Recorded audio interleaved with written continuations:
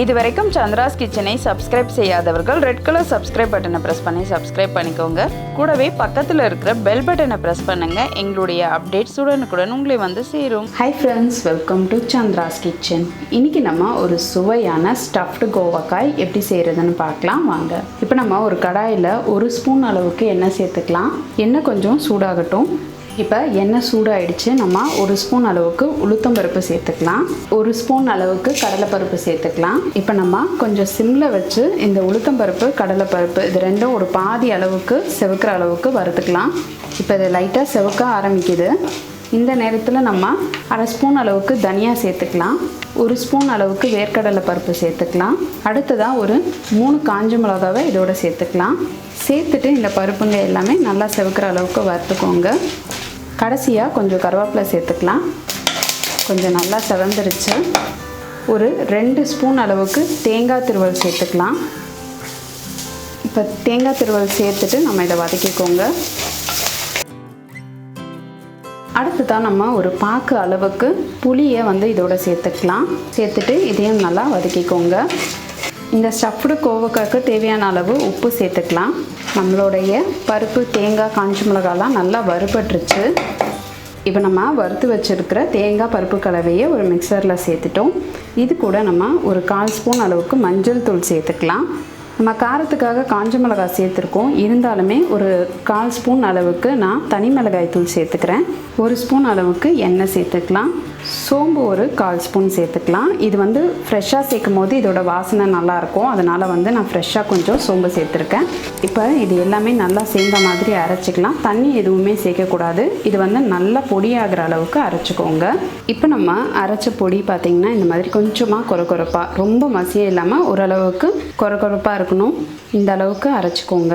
இப்போ நம்ம கோவக்காயில் ஸ்டஃப் பண்ணிக்கலாம். நம்ம கோவக்காவை நல்லா வாஷ் பண்ணிவிட்டு இந்த மாதிரி 4ஆக வகுந்து வச்சுருக்கோம். அரைச்சி வச்சுருக்கிற பொடியை ஸ்டஃப் பண்ணிக்கலாம்.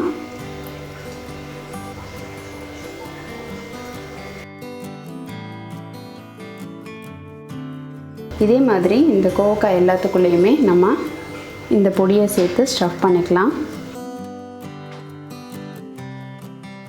நம்ம இப்போ பொடி எல்லாத்தையுமே கோவக்காய்க்குள்ளே ஸ்டஃப் பண்ணியாச்சு. எல்லா கோவக்காயிலையும் முடிஞ்ச அளவுக்கு ஸ்டஃப் பண்ணிவிட்டு மிச்சம் கொஞ்சம் பொடி இருக்கும். நான் இப்போ இதை எப்படி சமைக்கிறதுன்னு காமிக்கிறேன். இப்போ நம்ம அதே கடாயில் ஒரு 3லேருந்து 4 ஸ்பூன் அளவுக்கு எண்ணெய் சேர்த்துக்கலாம். எண்ணெய் கொஞ்சம் சூடாகட்டும். இப்போ எண்ணெய் சூடாகிடுச்சு. நம்ம கொஞ்சம் கடுகு உளுந்து சேர்த்துக்கலாம். கடுகு உளுந்து நல்லா பொரிஞ்சிடுச்சு. இப்போ நம்ம ஸ்டஃப் பண்ணி வச்சுருக்கிற கோவக்காவை இதோட சேர்த்துக்கலாம். நம்ம ஸ்டஃப் பண்ணி வச்சுருக்கிற கோவக்காவை மட்டும்தான் இதில் சேர்த்துருக்கோம். எக்ஸ்ட்ரா கொஞ்சம் பொடி தனியாக அப்படியே எடுத்து வச்சுருக்கோம். இப்போ நம்ம கோவக்காய் சேர்த்தாச்சு. இது கொஞ்சம் நேரம் சிம்லேயே இருக்கட்டும். எண்ணெய் எல்லா பக்கமும் படுற மாதிரி இதை நல்லா கலந்து விட்டுருங்க. இது கொஞ்சம் நேரம் எண்ணெயிலே வதங்கணும். அதுக்காக நம்ம கொஞ்சம் நேரம் இதை மூடி வச்சிடலாம். இப்போ ஒரு 10 நிமிஷம் ஆயிருக்கு. நம்ம சிம்மில் வச்சு ஓப்பன் பண்ணி பார்க்கலாம். பார்த்திங்கன்னா இதோட கோவக்காவோட கலர்லாம் நல்லா சேஞ்ச் ஆகிருக்கு. மசாலா உள்ளே இறங்கிக்கிட்டு இருக்கு. இன்னொரு பக்கம் நம்ம திருப்பி விட்டுடலாம். இப்போ பார்த்திங்கன்னா நம்ம ஒரு சைடு வச்சுருந்த பக்கம் நல்லா இந்த மாதிரி வெந்திருக்கு. அதே மாதிரி எல்லா பக்கமும் வரணும். அதனால் எல்லாத்தையும் நல்லா கலந்துட்டு இன்னும் ஒரு 10 நிமிஷம் நம்ம இதை மூடி வச்சிடலாம். கண்டிப்பாக நம்ம ஒரு வாட்டி டேஸ்ட் பண்ணி பார்த்தோம்னா அடிக்கடிக்கு இந்த ரெசிபியை செஞ்சு பார்ப்போம். ரொம்ப நல்ல டேஸ்ட் கொடுக்கும்.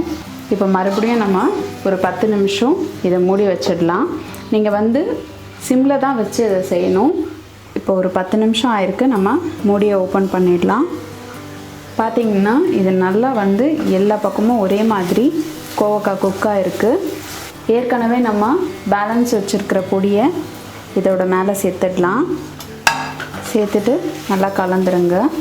இப்போ நம்மளுடைய சுவையான ஸ்டஃப்டு கோவக்காய் சூப்பராக ரெடி ஆகிடுச்சு. நீங்களும் இந்த ஸ்டஃப்டு கோவக்காவை உங்கள் வீட்டில் ட்ரை பண்ணி பாருங்கள். ட்ரை பண்ணி பார்த்துட்டு உங்களுடைய ஃபீட்பேக்கையும் கமெண்ட்டையும் எங்களுக்கு சொல்லுங்கள். இதே மாதிரி இன்னும் நிறைய ரெசிபிஸ் உங்களுக்காக வந்துகிட்டே இருக்குது. இதுக்காக நீங்கள் செய்ய வேண்டியதெல்லாம் சந்திராஸ் கிச்சனுக்கு இது வரைக்கும் சப்ஸ்கிரைப் பண்ணலைன்னா சப்ஸ்கிரைப் பண்ணிவிடுங்க. பக்கத்தில் இருக்கிற பெல் பட்டனையும் ப்ரெஸ் பண்ணுங்கள். நான் இன்னொரு சுவாரஸ்யமான ரெசிபியோடு உங்களை சந்திக்கிறேன். நன்றி, வணக்கம்.